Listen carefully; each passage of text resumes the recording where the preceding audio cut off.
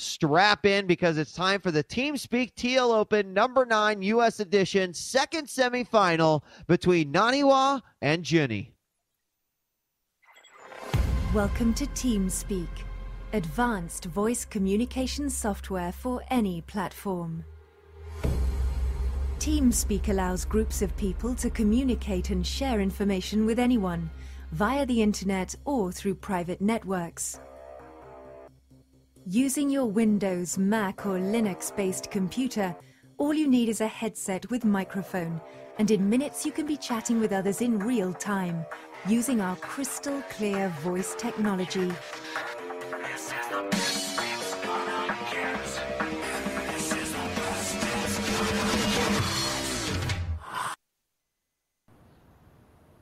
Naniwa wasn't able to bust through a Terran last week to make it to the finals, but he might be able to bust through a Zerg this week to make it and face off against Goody, the Terran. What's up, folks? I'm djWHEAT. Joining me is Chill, and it is time for Naniwa versus Junny. Chill, why don't you give us our positions? All right, well, we're setting ourselves up yet again for a big macro game here on Metalopolis, spawning at 6 o'clock as the orange Zerg is, I'm going to call him Junny, even though I believe proper English pronunciation would tell me to call him Junny. Junny it is, and at the 12 o'clock, spawning as Yellow Protoss, we've got EmpireNani, and if he can get to the finals this time, even if he loses, he's going to take a commanding lead in the TSL qualifier points. Again, if you don't, you can qualify for the TSL in 2 ways. You can win a TL Open, which is extremely difficult, or if you cannot win the Open, getting in the top 16 also earns you points towards a qualifier, towards the finals, which stack up. And we saw Nani take home some points last week, and now here he is yet again in the top 4.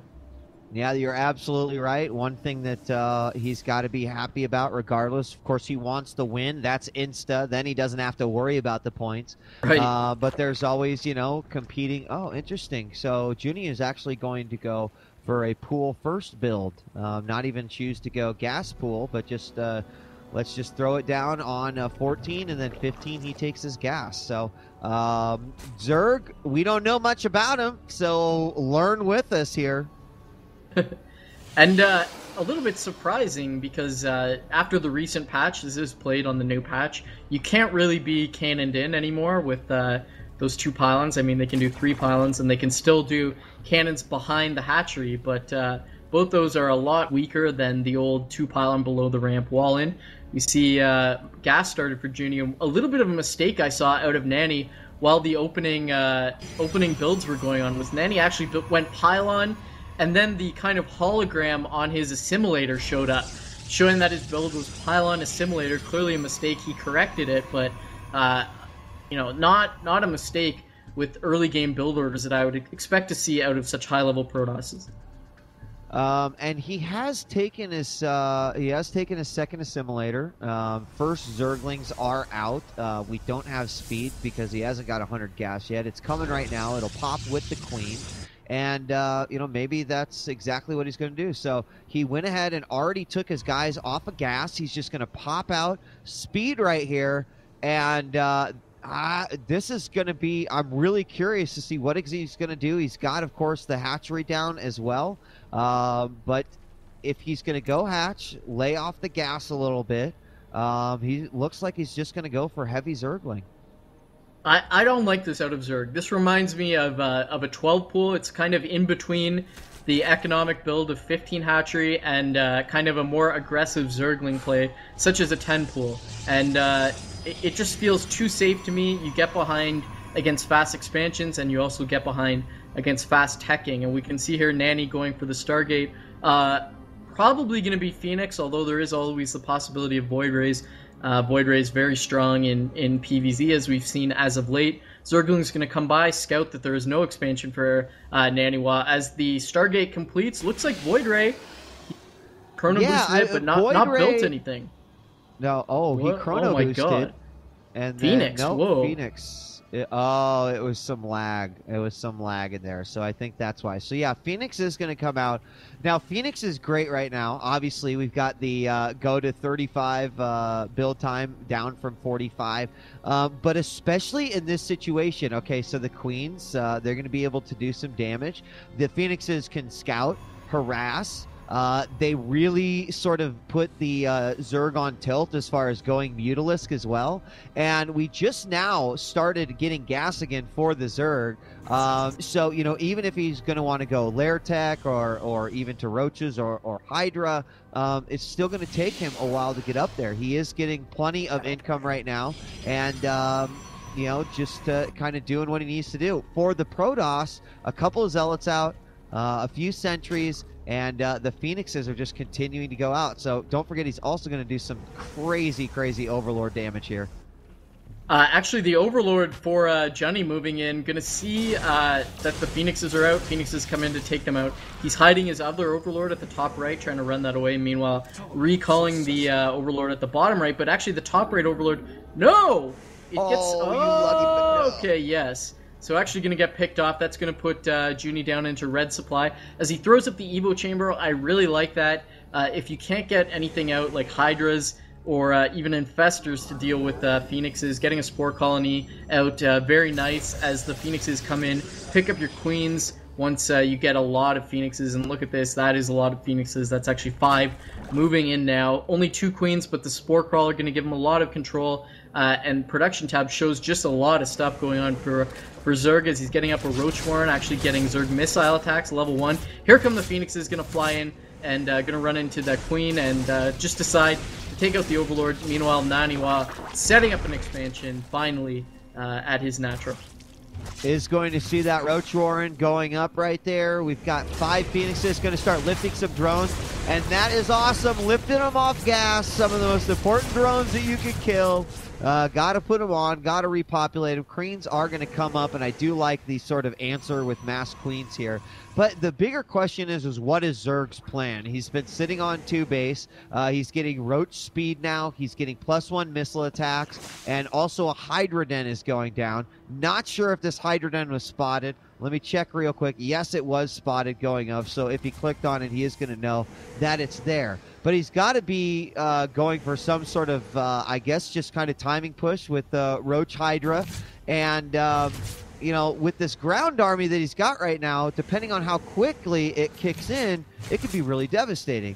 But we'll have to see how it goes. Actually, the Queen getting picked up in the main base of Junny. Oh, getting transfused. Very, very sick.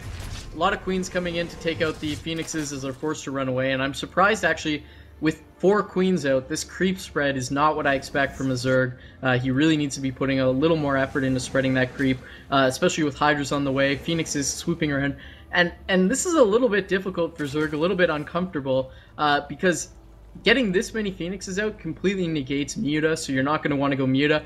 You want to go Hydras, but that plays right into a Protoss' hand who decides to go Colossi. We can see the Robotics is already up. Yep. Getting a few Immortals out to deal with Roaches is probably going to be the first step, but I imagine his end game here is going to be Colossi. Actually could be adding in more Phoenixes. Little known fact, at least as far as I know, is that Phoenixes do really well against Hydras. You can counter Hydra-only armies with charge lots and Phoenixes, but we don't see that. We just see a few more Phoenixes coming out, and no third base for Junny.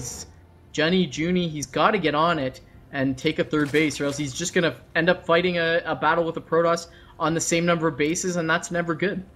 And now he might feel a little bit comfortable getting that third base that the Hydras are out. But as you mentioned, he really needs to spread this creep out. He has a couple of tumors that are going down. Ooh, maybe he just wants to go ahead and take this gold right here. I'm not sure. Moving Hydras in.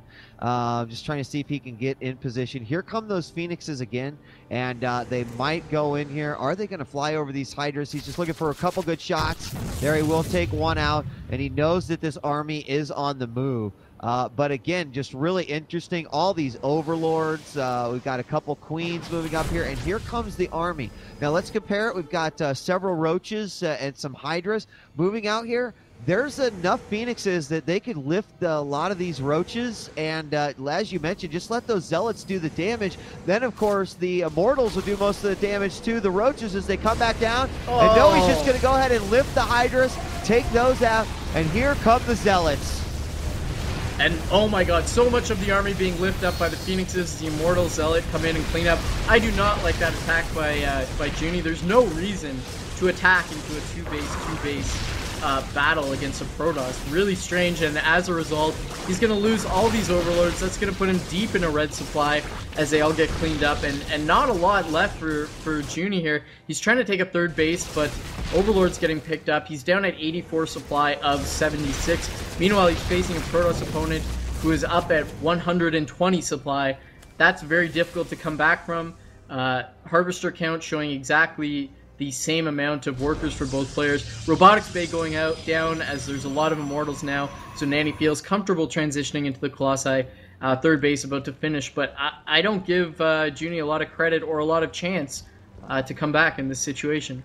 I don't think he knew how effective those phoenixes were going to be, but I think that he was trying desperately to hit before any sort of massive Colossus push could happen. And I think the bad thing about that is that he's late on his third base. It's just up right now, and I feel like he needed that to get the army out that he needs to go up against this. I mean, I feel like this little group from Nani is just going to roll in here. Here go two more overlords as that will nearly put him at a supply cap. Again, he'll only be, no, it will put him at a supply cap as he builds yet another Hydra. And roaches are going to come out. Let's see how this one goes down. I expect more of the same. And this is completely it. All those immortals gonna come in, clean up the roaches. Meanwhile, the phoenixes come in, lift up the hydras. Phoenixes deal sick damage to hydras, and everything is cleaned up almost instantly. Nani left over with a huge army here of largely Phoenix immortal, and that is it. GG. I feel like Junny was just in a situation where he wasn't comfortable playing against phoenixes, did not have the experience to deal with it, as his response just was not correct in there. And a nice game by Nani, showing a strategy that maybe some of our viewers not familiar with, but very powerful in controlling the Zerg play.